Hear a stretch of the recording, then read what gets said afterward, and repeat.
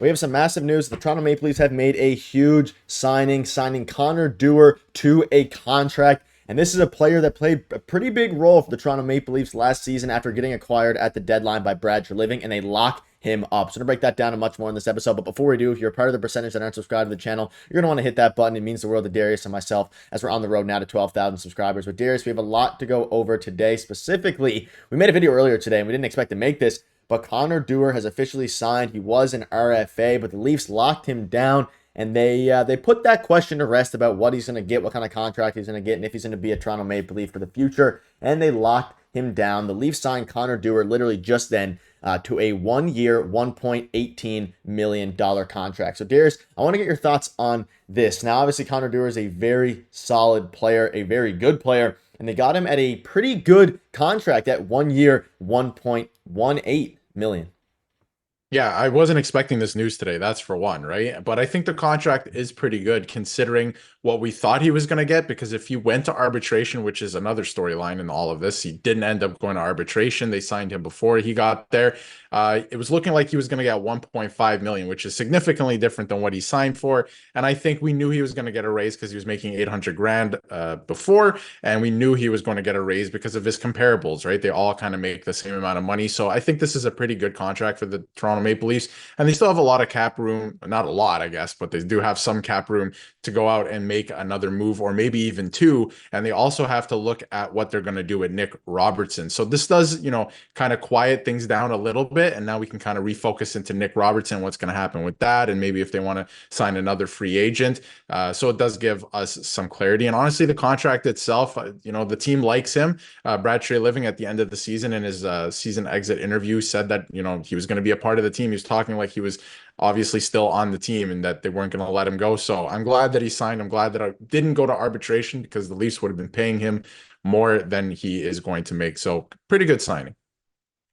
Yeah, very good signing. And like you said, if he would have went to arbitration, he definitely would have got more. So you can see here again, a 1 year, 1.18 million. A lot of different stuff to go over here. This literally broke about 10 minutes ago as of the time of recording. And this deal avoids the arbitration hearing, which would have been the big question mark for the Toronto Maple Leafs. And you see this here. If you're unfamiliar with his game, or you didn't pay attention as much last season to his game, he effectively acts as a defensive specialist for the Maple Leafs, and Toronto controlled just over 51% of the expected goals at 5-on-5 when he was on the ice, and he's capable of playing either the center or wing at this juncture, and he will likely slot in as the Maple Leafs' fourth line left winger, provided Berube doesn't have specialized designs for Dewar. And although he provides limited offense, which is very true, we'll get into his stats in a minute, he is often deployed in the neutral zone and defensive zone starts. The point is, he's very good in the PK, he's very good defensively, and he's very complementary to some of the other pieces that the Toronto Maple Leafs have, given the fact they have so many goal scorers, so many offensive-minded wingers, centers, everything like that. He kind of acts as this stability for the fourth line that desperately needs that. And, I mean, it was a great acquisition at the buzzer-beating end of the deadline, last trade deadline for Brad Treliving. And they get him back. And again, the numbers aren't going to jump off the table for you, but provided some very valuable minutes for the Leafs last season. And I'm very happy with the signing. Makes total sense to me, especially I think he can actually be better under Craig Berube compared to Sheldon Keefe. Yeah, and I think that's exactly my thought as well, right? I'm excited to watch a player like this under Craig Berube, because the way Berube has his teams play, it's very north-south, right? And he talked about it as soon as he was hired. We're going to play more of a north-south game.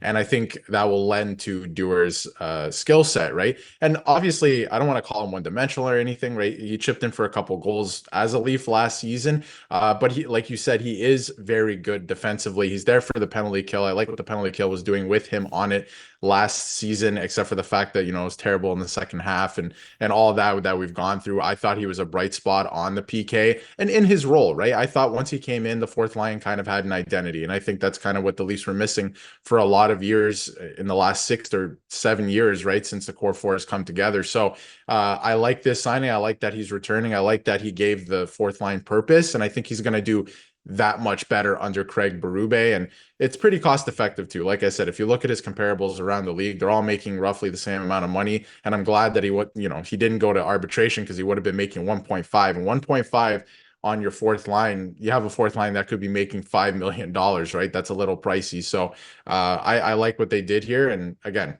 he's good in his role, and they need more players like that.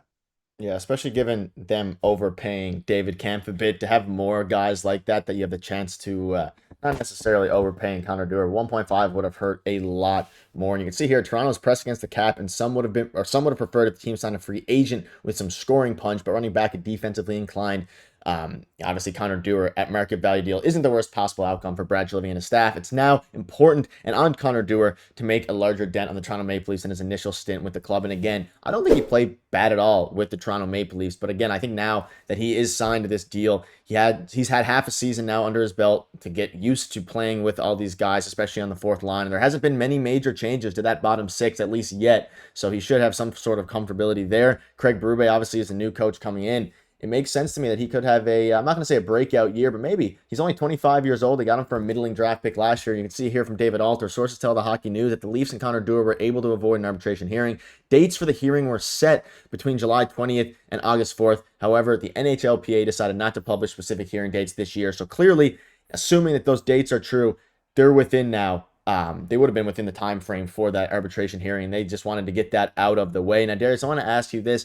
Do you think that he's going to have a big impact on the Leafs next year? And also, do you think there's going to be much change to the bottom six, whether that's in free agency, whether that's in a trade? Because it's looking okay. Obviously, David Kemp is still there. You have some guys, but I still wouldn't mind getting a bit more depth. And we keep talking about them getting another winger. This is obviously, I guess we're retaining an asset, so we haven't gotten anyone new, but I still want to see them make more moves, but they are pressed right up against the cap right now.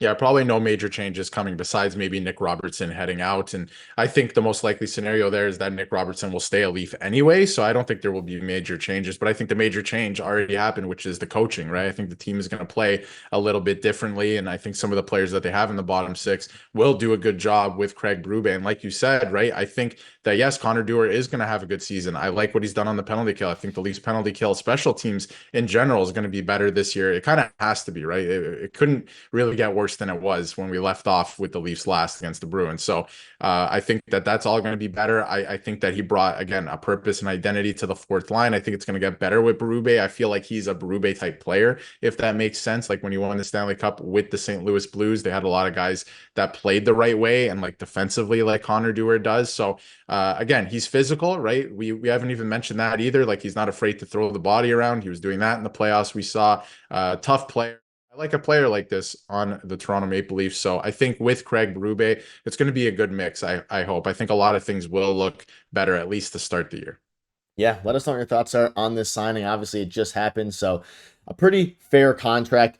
There was a world where they signed him for 1.5 if they went to arbitration, so we got to be happy with the signing. It's a very big signing because they're limited in what moves they can do now and making little incremental, not improvements because they're there with the team last year, but I think he will ultimately improve this season with Craig Berube at the helm. Thank you guys for watching. Let us know in the comments what your thoughts are.